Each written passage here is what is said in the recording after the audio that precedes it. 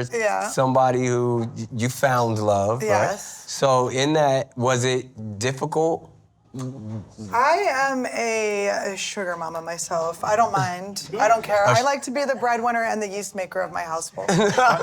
Are you the breadwinner? Oh, yes, I am. Oh, you are? But my fiance right now is actually, he's on a job right now. He has earning potential. He's very talented, and he just is a little younger, so.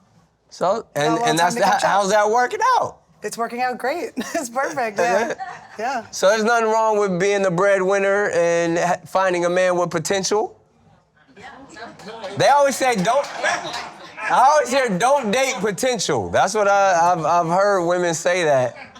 But, I mean, it's working for Annie. Annie's the kind of person who's very successful, and I also think that your relationship is so true. And if you have that, and if you're making money, then great. And I love that you're the woman and making more money. That's amazing. Yeah, well, I thought I wanted someone that was older, someone that made more money, and then I was like, I always was unhappy. The power dynamic was off. It wasn't, and it's very good how it is. So, like, comedians are strange creatures, though. Yeah. So, do you find yourself often talking about your real life, specifically the challenges of a relationship in your act?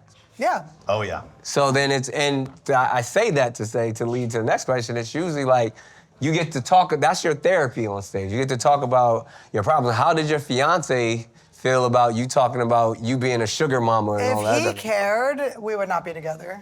This is the first securely attached man I have ever been with. I was always with crazy psychos that were like, it was like a power struggle. They would get mad if I said something on stage about them. And I'm an artist. I have to be able to be free. He loves me. He knows that I love him. He doesn't care. He thinks it's Congratulations. Sounds like you found the one. Yeah. You guys have a lot in common, I think.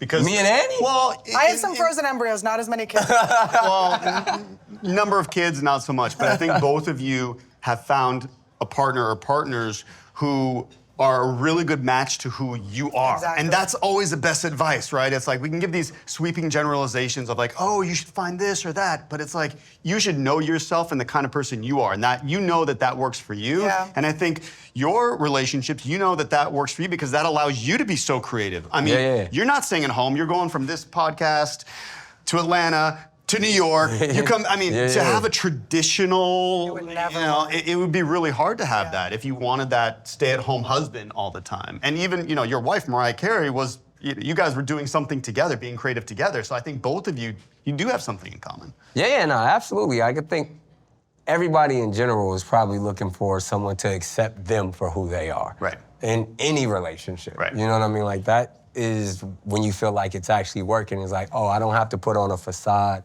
or fit into a mold for somebody to love me. That's the best feeling. I mean, that's what I have with my husband. Every night, it's like I can just be myself, and it feels so comfortable. And yeah, there are other parts of the relationship in the beginning that were more exciting, but there's also something so nice about just being so at ease all the time. Yeah.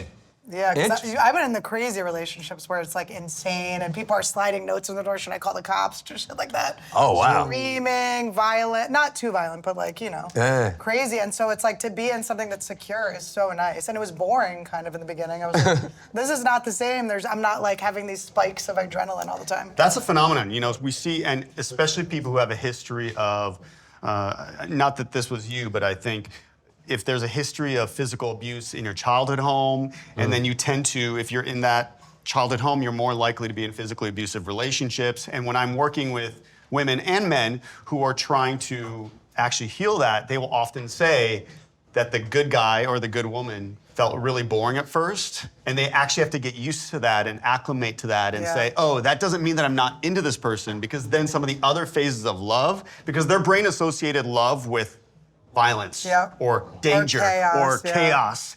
And it takes a while for the brain to create a new association of love can feel and sound and just look like this. I'm grateful for the pandemic because I would have dumped his ass. I would have Really? been, Really? I would have run. I would have been so, because I'm like commitment phobic. I was like, I don't want this. I remember him once saying, he's like, you don't want someone that's just gonna like love and support you. And I was like, ew, no. It's disgusting. What is that? And then because of the pandemic, it like, you know, we just like fell so in love. That's when I had all my kids too. Yeah, I know, it was fun. So this is Good interesting. time. So knowing both of you, I think in many ways after your divorce, you went from securely attached to maybe a little bit more avoidant, and it sounds like you went from avoidantly attached to more secure. Is that right? Yeah. And that pairing is actually really, really nice. So basically, you know, the three kinds of attachment. Secure is in the middle, that's sort of what you want. Yeah. On one end of the spectrum is avoidant. You know, you're pushing people away. The other is anxious. And then there's also disorganized, which is That's what I am. Yeah. both anxious and avoidant combined, then you have disorganized. That's Yeah. But if you're anything but secure, the best partner for you is somebody who is secure to help you become secure, right? Got it. Two avoidant people, I mean, those relationships can be chaotic. And you know what I had to do to find a secure guy is I had to date someone younger. Really? All the guys my age the secure guys were already married. Yeah. Taken, and all the other guys were crazy. But I was anxious. I would like really, I was like I was supposed to cat sit for my friend. I must have killed his cat because I was just at some guy's house like waiting for him to me. I was like, I'm not leaving until this guy fucks me. It was like 3 days. I was like, I think I gotta go. Poor This cat's cat. gonna die. But they have 9 lives. So.